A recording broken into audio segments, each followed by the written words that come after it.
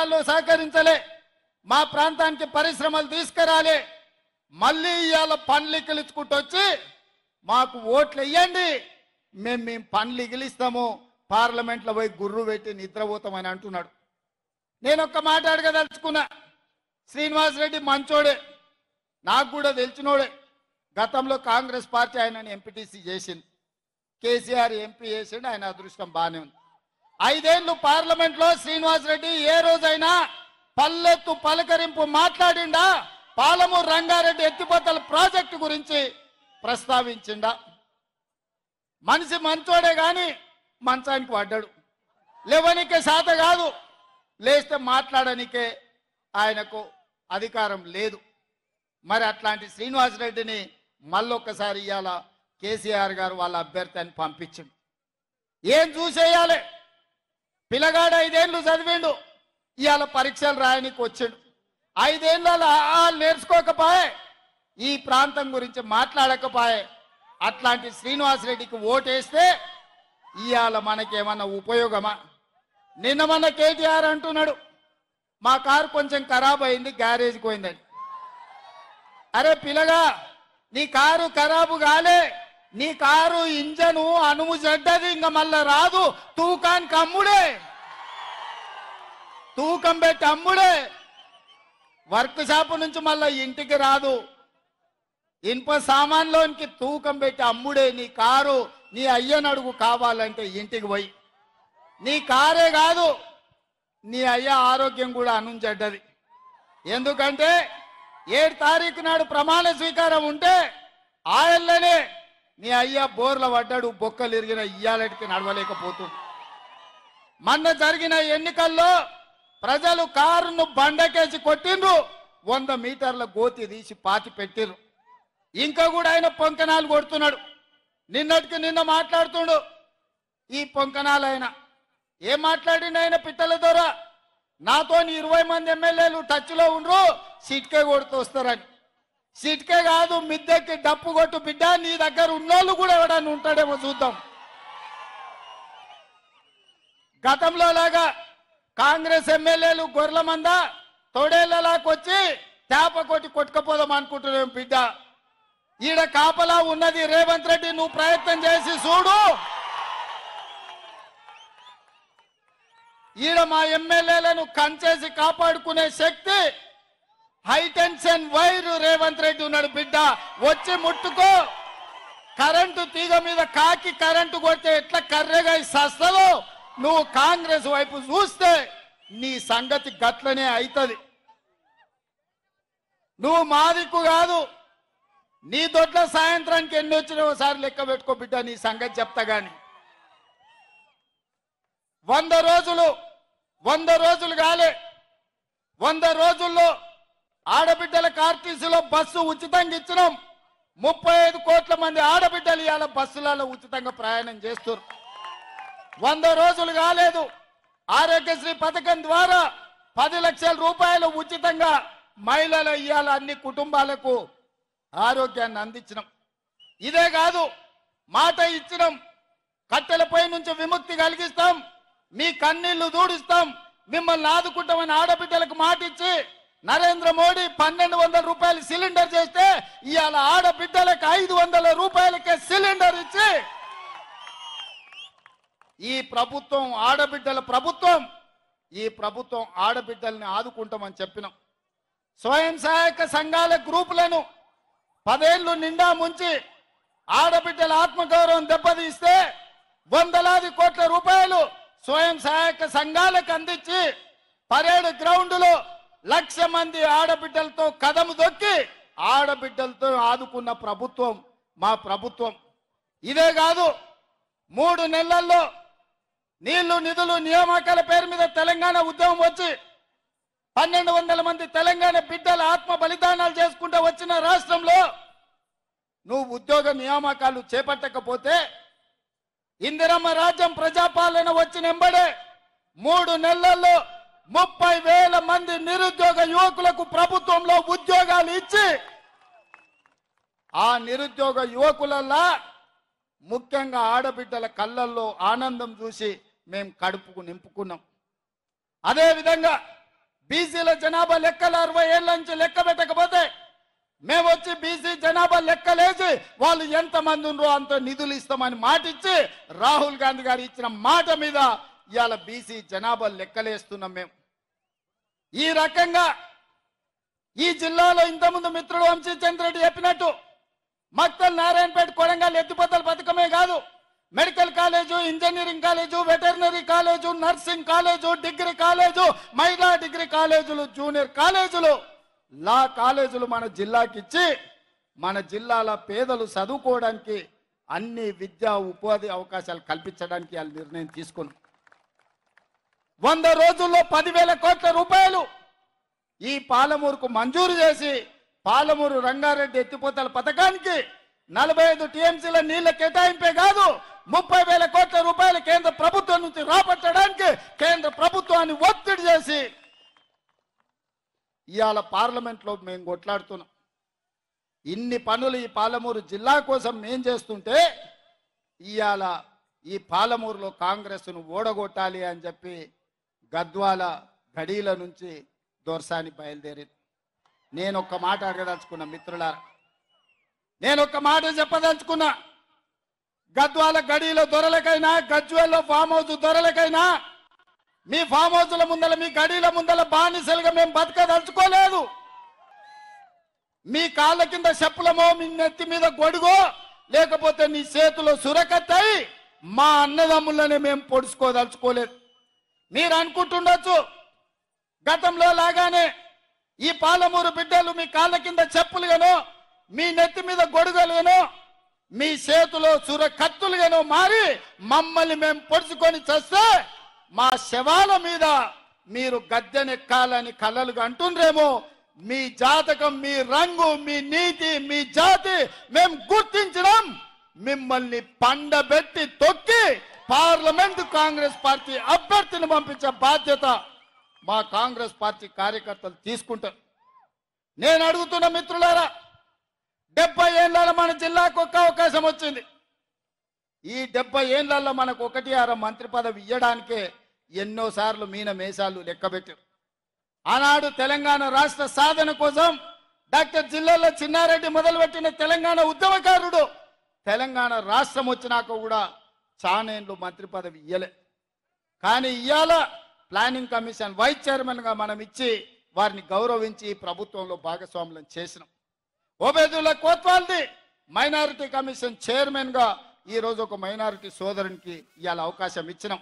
ఇదే కాదు, రేపు పార్లమెంట్ ఎన్నికల తర్వాత ముదిరాజు బిడ్డను మంత్రిని చేస్తామని మాటిచ్చి 15 ఆగస్టు లోపల మంత్రిని చేసే బాధ్యత మేము తీసుకుంటాం. ఇదే కాదు, ఇవాళ మిత్రులారా 30 ఏళ్ల నుంచి నానుతున్న సమస్య మాదిగల వర్గీకరణ. మాదిగలు, మాదిగ ఉపకులాల వర్గీకరణ కోసం పార్లమెంటులే కాదు సుప్రీంకోర్టులో కొట్లాడి వర్గీకరణను సాధించే బాధ్యత నాది, మా మిత్రుడు సంపత్ కుమార్ అని చెప్పి నేను ఈరోజు చెప్పదలుచుకున్నా. ఆనాడు నేను సంపత్ కొట్లాడితేనే శాసనసభలో చంద్రశేఖరరావు ఏకగ్రీవ తీర్మానం చేసిండు. మళ్ళా అఖిల పక్షాన్ని ఢిల్లీకి తీసుకెళ్తాడు. 10 ఏళ్ళైనా తీసుకెళ్ళారు. ఇవాళ కొంతమంది మిత్రుల అవసరానికో రాజకీయ పరిస్థితిలో కొంతమందికి వంతబాడుతున్నారు, కొంతమందికి గొడుగుగా మారినారు. నేను వాళ్ళని తప్పు పట్టదలుచుకోలే. కానీ మా మాదిగ బిడ్డలకు నేను మాట ఇయ్యదలుచుకున్నా. 30 ఏళ్ళ మీ పోరాటానికి శాశ్వతంగా ఈ సమస్యకు పరిష్కారం చూపించే బాధ్యత నాది, మా మిత్రుడు సంపత్ కుమార్ది, పెద్దలు దామోదర్ రాజనరసింహ గారిది. ఇక మీరు కొట్లాడాల్సిన అవసరం లేకుండా మీ తరఫున తెలంగాణ రాష్ట్ర ప్రభుత్వమే కొట్లాడుతుంది. అది పార్లమెంట్లో అయినా, అది సుప్రీంకోర్టులో అయినా. మరి ఇన్ని పనులు నేను చెయ్యాలంటే ముదిరాజుల వర్గీకరణ డి గ్రూప్ నుంచి ఏ గ్రూపుకు మారవాలన్నా, మాదిగల ఏబిసిడి వర్గీకరణ చేయాలన్నా, పాలమూరు రంగారెడ్డి ఎత్తిపోతల పథకానికి జాతీయ ప్రాజెక్టు తేవాలన్నా, పాలమూరు పరిశ్రమలు రావాలన్నా, పాలమూరు యూనివర్సిటీలో అధ్యాపకుల నియామకాలు జరగాలన్నా, ఈ ప్రాంతం అభివృద్ధి జరగాలి అనంటే ఈ జిల్లాలో ఉన్న 2 పార్లమెంట్లు గెలిపించి నాకు ఇవ్వండి. మీరు అనుకుంటే ఇది అసాధ్యం కాదు. నేనేమి ఆకాశంలో ఉన్న చందమామని అడుగుతలేను, అసాధ్యమైందని నేను అడుగుతలేను. మీ ఆస్తులు అంతస్తులు నేను అడగడం లేదు. ఇన్నేళ్ళు ఎవరెవరికో ఓట్లేసిరు, ఎవడెవడో రాజ్యం వెళ్ళిండు, ఎవరి దగ్గరనో పోయి అయ్యా దేహి అని అడుక్కునే పరిస్థితి పాలమూరుకు తెచ్చిండ్రు. ఇవాళ నేను అడుగుతున్న మీ బిడ్డగా, ఇక్కడనే పుట్టినా ఇక్కడనే పెరిగినా రేపు పోయినా ఈ మట్టిలో కలిసే మీ బిడ్డగా, నల్లమల అడవుల బిడ్డగా, నల్లమల నుంచి వచ్చిన నేను ఈ నేల, ఈ గాలి, ఈ నీరు నాది, మనది, మనందరిది. నాకున్న బాధ, నాకున్న దుఃఖం ఎవరికైనా ఉంటుందా ఈ జిల్లా పట్ల? మీరు ఒక్కసారి ఆలోచన చేయండి. ఎన్నడైనా ఎంతెత్తుకు ఎదిగినా ఢిల్లీకి రాజైనా తల్లికి బిడ్డ అన్నట్టే నేను ఈ పాలమూరు బిడ్డను, ఈ పాలమూరును అభివృద్ధి చేసే బాధ్యత నాది. మరి నా తరఫున మీ తరఫున ఢిల్లీలో నేను చెప్పిన పనులు చక్కదిద్దనికే నాకు సొంత మనుషులు కావాలి కదా, మన వాళ్ళు కావాలి కదా. మట్టి పోయినా ఇంటోడే పోవాలని పెద్దలు చెప్పారు. మరి ఇంత పెద్ద సమస్యల్ని పరిష్కరించాలంటే పార్లమెంటులో మన బిడ్డ, మన ప్రభుత్వం చెప్పినట్టు పనిచేసే వాళ్ళు కావాలా వద్దా ఒకసారి ఆలోచన చేయండి. ఇవాళ ప్రభుత్వం మనది, ఇంకా 4.5 ఏళ్ళు మనం ఉంటాం. ఇవాళ పేదలకు పెన్షన్లు ఇవ్వాలన్నా, నిరుపేదలకు ఇందిరమ్మ ఇల్లు ఇవ్వాలన్నా, చదువుకున్న పిల్లలకు ఉద్యోగాలు ఇవ్వాలన్నా, ఈ ప్రాంతంలో పెట్టుబడులు తేవాలన్నా ఈ ప్రభుత్వానికి అనుకూలంగా ఉన్నప్పుడే, ఈ ప్రభుత్వానికి అనుకూలంగా ఈ 2 పార్లమెంట్లు తెలంగాణలో 14 సీట్లు గెలిపించినప్పుడే కదా ప్రయోజనం ఉంటుంది. ఇవాళ అధికారం మన చేతులుంది, ప్రభుత్వం మన దగ్గర ఉంది. మన శత్రువు చేతుల కత్తి పెడితే వాడు పక్వాన్ని పడివాడు మళ్ళీ మనల్నే పడుతాడు, మన కడుపులనే పొడుస్తాడు. అరుణమ్మ మోడీ ప్రభుత్వంలో చేరింది. కేసీఆర్ దగ్గర చాలా మంది తాబేదారులు ఉన్నారు. 10 ఏళ్ల నుంచి కేసీఆర్ ముఖ్యమంత్రిగా ఉండే కదా మొన్నటి వరకు.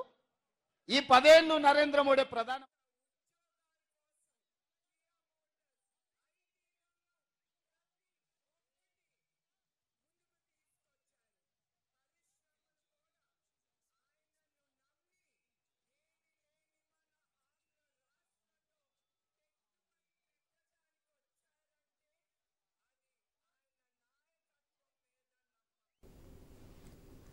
ఆమె కుటుంబానికి మేలైతే తప్ప పాలమూరుకి ఏం న్యాయం జరుగుతుందో మీరు ఒక్కసారి ఆలోచన చెయ్యండి.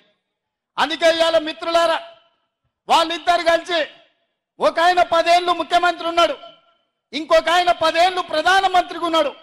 10 ఏళ్ళు వాళ్ళు ఏమి చేయలేదు, పాలమూరుని ఎడారిగా మార్చి 100 రోజులు కాలేదు మన ప్రభుత్వం వచ్చి, ప్రజాపాలన వచ్చి ఏమి చేయలేదు కాబట్టి ఓడించారని అడుగుతారు. ఇది న్యాయమా? మీరు ఒక్కసారి ఆలోచన చేయండి మిత్రులారా. పిల్లగాడు నడవాలన్న ఏడాది అవుతుంది. మన ప్రభుత్వం వచ్చి 3 నెలలు అయింది, ఎన్నికలు అయిపోయే వరకు 6 నెలలు అవుతుంది. 6 నెలల తర్వాతనే అన్నప్రాస చేస్తారు, అవునా? అప్పుడే ఈ ప్రభుత్వం మీద శాపనార్థాలు పెడుతున్నారు. ఇక కేసీఆర్ మాటలు చూస్తుంటే అయితే పిట్టలతో ఎక్కువ తాత తయారైంది. ఆయన తండ్రికి తద్దినం పెట్టనోడంట చిన్నాయనకు పిండాలు పెడతాడన్నాడట కృష్ణానదిలో పోయి. నీ పార్టీలో ఉన్న ఎమ్మెల్యేలను చక్కగా ఏడుస్తలేవు, నీ ఎమ్మెల్యేలు నీ ఎంబడి ఉంటలేరు, ఎదురుగున్న పార్టీలో 20 మంది ఎమ్మెల్యేలు ఉంటాను అని చెప్తున్నావా? ఇంకా ఎన్ని రోజులు ఈ కథలు చెప్పి బతుకుతావు కేసీఆర్? నీ కథలకు కాలం చెల్లింది, నీ కారు అణం జడ్డి ఆడ షెడ్డుకు పోయింది. అందుకే మిత్రులారా, నరేంద్ర మోడీని చూసినాం, చంద్రశేఖరరావుని చూసినాం, ఢిల్లీలో మోడీని చూసినాం, గల్లీలో కేడీని చూసినాం. మొన్న డిసెంబర్లో కేడీని బొందబెట్టిండ్రు. ఈసారి మోడీని ఓడగొట్టి పాలమూరు పౌరుషాన్ని చూపించాలని చెప్పి మా మిత్రులందరికీ నేను విజ్ఞప్తి చేస్తున్నా. ఈ జిల్లా నుంచి ముఖ్యంగా ఇవాళ మనల్ని దొంగ దెబ్బది ఇవ్వాలని బీజేపీ వాళ్ళు, బీఆర్ఎస్ వాళ్ళు ఒక్కటయ్యి మన వెనకంగా కుట్రలు చేస్తుండ్రు. అప్రమత్తంగా ఉండండి. మనం ఎట్లా గెలుస్తాం? 7 మంది ఎమ్మెల్యేలు ఉండ్రు, జిల్లాలో 12 మంది ఎమ్మెల్యేలు ఉండ్రు. మా సారే ముఖ్యమంత్రి ఉన్నాడు, మా అన్న ఏదంటే చేస్తాడని మన పిల్లలకిన ఊకున్నారనుకో తాబేలు కుందేలు కథ అవుతుంది. కుందేలు లెస్స ఉరుకుతుందా అని తాబేలుతో పోటీ పెడితే కుందేలు పోయి మంచిగా చెట్టు నీడ చూసుకొని నిద్రపోయిందంట. తాబేలు ఆగకుండా నడుచుకుంటా ముందరికి పోయి తాబేలు గెలిచిందని చెప్పారట. ఇవాళ మా కాంగ్రెస్ పార్టీ కార్యకర్తలకు కూడా నా విజ్ఞప్తి ఒక్కటే, మనం ఉరకాల్సిన పని లేదు. మనల్ని నడిస్తే కూడా మనల్ని వీకెటోడే ఈ రాష్ట్రంలో లేడని నేను చెప్పదలుచుకున్నా. గల్లీలుండే కేడీ వచ్చినా, ఢిల్లీ నుంచి మోడీ వచ్చినా, ఈ గడ్డ మనది, ఈ అడ్డ మనది, అడ్డ మీద 3 రంగుల జెండా ఎగరేసి మొనగాళ్ళు మనోళ్ళు అని చెప్పి నేను స్పష్టంగా చెప్పదలుచుకున్నా. అందుకే ఇవాళ దేశంలో ఎక్కడి నుంచైనా మన రాష్ట్రానికి పిలుపు వస్తుంది. నిన్న కేరళ పోయినా, రేపు కర్ణాటక పోతున్నా, ఎల్లుండి మహారాష్ట్ర పోతున్నా, ఏడికి పోయినా నేను చెప్పేది ఒకటే మాట, నా అడ్డ నా గడ్డ పాలమూరు బిడ్డ. మేము ఆనాడు తట్ట పనికో, పార పనికో, మట్టి పనికో వలసలు కాదు, ఇవాళ నాయకులమై మీ ప్రాంతానికి వచ్చినాం. ఇవాళ నాయకులమై రాష్ట్రంలోనే కాదు దేశంలోనే మా గౌరవాన్ని తలెత్తుకునేటట్టు చేసినామని చెప్పి ఇవాళ మన పౌరుషాన్ని మనం ప్రదర్శిస్తున్నాం మిత్రులారా. అందుకే సోదరులారా, నా తెలుసు మీ కడుపులో ఆకలి అవుతుంది, మంటలేస్తుంది, నెత్తి మీద మాడ వలిగినట్టు ఉంది. అయినా ఈ ఆనందంలో ఇన్ని వేలాది మంది మెట్టుగడ్డ నుంచి గడియారం చౌరస్తా వరకు కిలోమీటర్ల కొద్ది నడిచి ఇవాళ కాంగ్రెస్ ను గెలిపిస్తామని చెప్పి మీరు అండగా నిలబడ్డందుకు మీకందరికీ మనస్ఫూర్తిగా ధన్యవాదాలు తెలియజేస్తున్నా. 1,00,000 మెజార్టీ ఇవ్వడానికి సిద్ధమేనా? 1,00,000 మెజార్టీకి ఒక్క ఓటు తగ్గొద్దు, అందరు తయారా? మీ మీద బాధ్యత పెట్టిపోతున్నా. రాష్ట్రంలో 14 సీట్లు గెలిపించాలి. నాకు ఏ అవకాశం ఉన్నా మళ్ళీ వస్తా. 1,00,000 మెజారిటీ ఇటు మహబూబ్ నగర్ లో, అటు నాగర్ కర్నూలులో చెరొక 1,00,000 ఇయ్యాలి. మా డాక్టర్ ఎక్కడ మల్లురవి గారు, మా మల్లురవి గారిని, మా వంశీచంద్ర రెడ్డి గారిని గెలిపించాల్సిందిగా కోరుకుంటూ మీ అందరి దగ్గర సెలవు తీసుకుంటా. జై కాంగ్రెస్, జై జై కాంగ్రెస్. హస్తం గుర్తుకే, హస్తం గుర్తు.